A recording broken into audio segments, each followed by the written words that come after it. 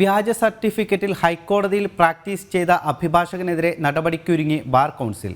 ബീഹാർ മഗധ് സർവകലാശാലയുടെ പേരിലുള്ള വ്യാജ LLB സർട്ടിഫിക്കറ്റിലായിരുന്നു തിരുവനന്തപുരം വഞ്ചിയൂർ സ്വദേശി മനോജ് രാജ് പ്രാക്ടീസ് ചെയ്തിരുന്നത്. ഈ മാസം 18-ന് ചേരുന്ന ബാർ കൗൺസിൽ യോഗം മനോജ് രാജിനെതിരായ നടപടികൾ ചർച്ച ചെയ്യും. എൻറോൾ പിൻവലിക്കുന്നതിനൊപ്പം നിയമ നടപടികളും സ്വീകരിക്കും. മഗധ് സർവകലാശാലയുടെ പേരിലുള്ള വ്യാജ സർട്ടിഫിക്കറ്റായിരുന്നു ബാർ കൗൺസിലിന് നൽകിയിരുന്നത്. വഞ്ചിയൂർ സ്വദേശിയായ മനോജ് രാജൻ 2013-ലാണ് അഭിഭാഷകനായി എൻറോൾ ചെയ്തത്. പ്രാക്ടീസ് കാലയളവിൽ 53 പേരുടെ വക്കാലത്തും ഏറ്റെടുത്തിരുന്നു. മനു വ്യാജ അഭിഭാഷകനാണെന്ന് മനസ്സിലാക്കി മാറനല്ലൂർ സ്വദേശി സച്ചിൻ നൽകിയ പരാതിയിൽ തിരുവനന്തപുരം കന്റോൺമെന്റ് പോലീസും എറണാകുളം സെൻട്രൽ പോലീസും ജാമ്യമില്ലാ വകുപ്പുകളിൽ കേസെടുത്തിട്ടുണ്ട്. വഞ്ചനയ്ക്കായി വ്യാജരേഖ ചമച്ചത് അടക്കമുള്ള വകുപ്പുകളാണ് ചുമത്തിയിട്ടുള്ളത്. വ്യാജരേഖയിൽ ഹൈക്കോടതിയിൽ പ്രാക്ടീസ് ചെയ്തത് ബാർ കൗൺസിലിനെയും ഹൈക്കോടതി രജിസ്ട്രാറെയും അറിയിച്ചിട്ടുണ്ട്.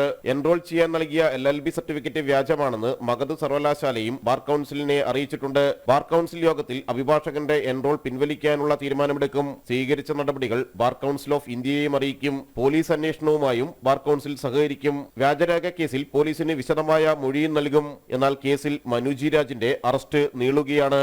ജനം, കൊച്ചി.